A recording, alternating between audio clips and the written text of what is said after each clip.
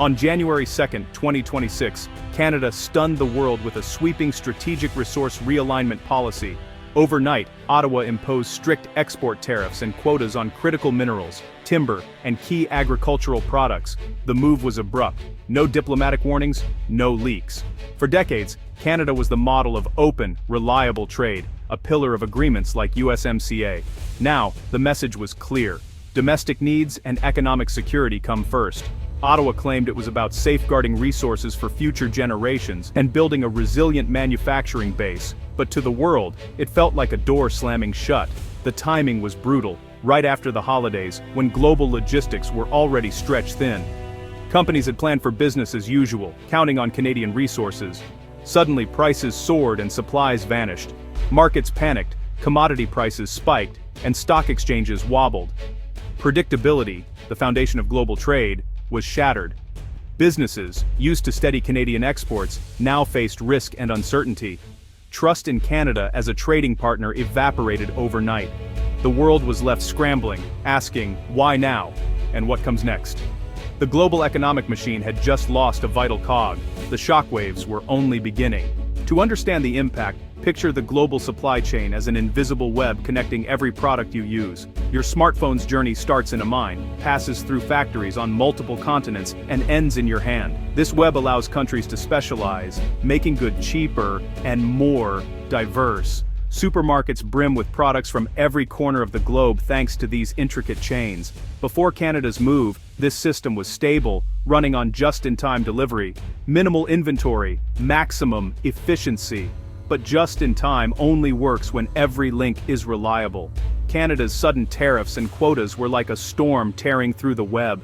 Companies relying on Canadian lithium or timber found themselves cut off or facing soaring costs. The efficiency of the old system gave way to chaos. Businesses now scramble for new, pricier suppliers or halt production. The invisible web is fraying, and the tremors are global.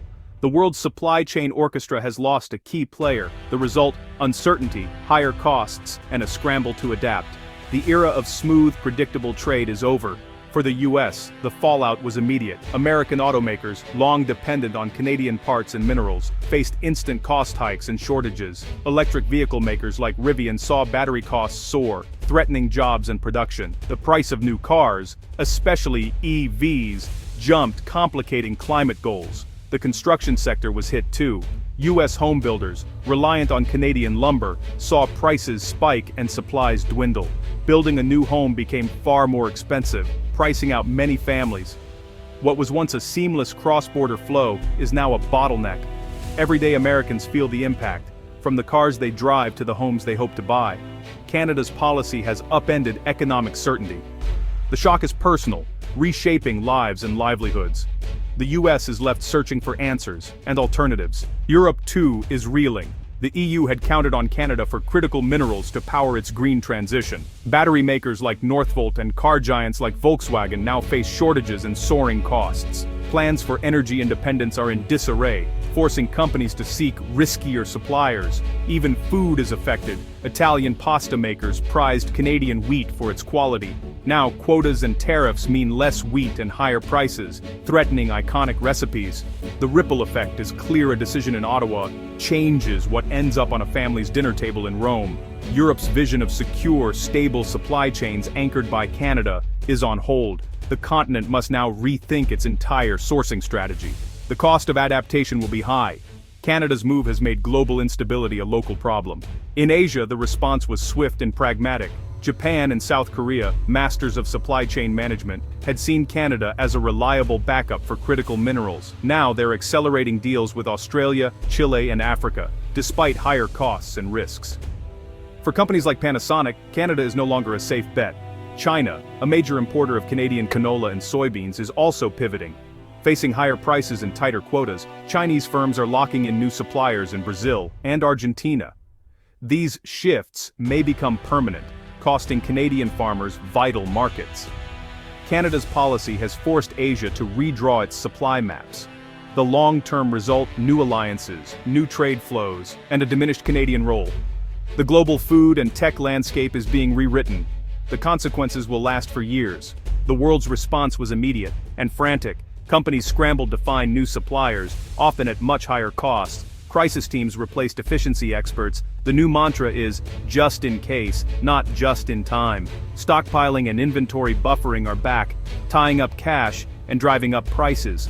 Governments are reacting too. The US threatened retaliatory tariffs, risking a trade war. The EU is fast-tracking domestic mining and recycling to cut dependence. Resource-rich nations elsewhere are seizing the moment, pitching themselves as stable alternatives to Canada. The global competition for supply chain dominance is on. Canada's move, meant to protect itself, has triggered a worldwide scramble. Alliances are shifting and the rules of trade are being rewritten. The shock has become a catalyst for global realignment. The world is adapting, but at a steep price.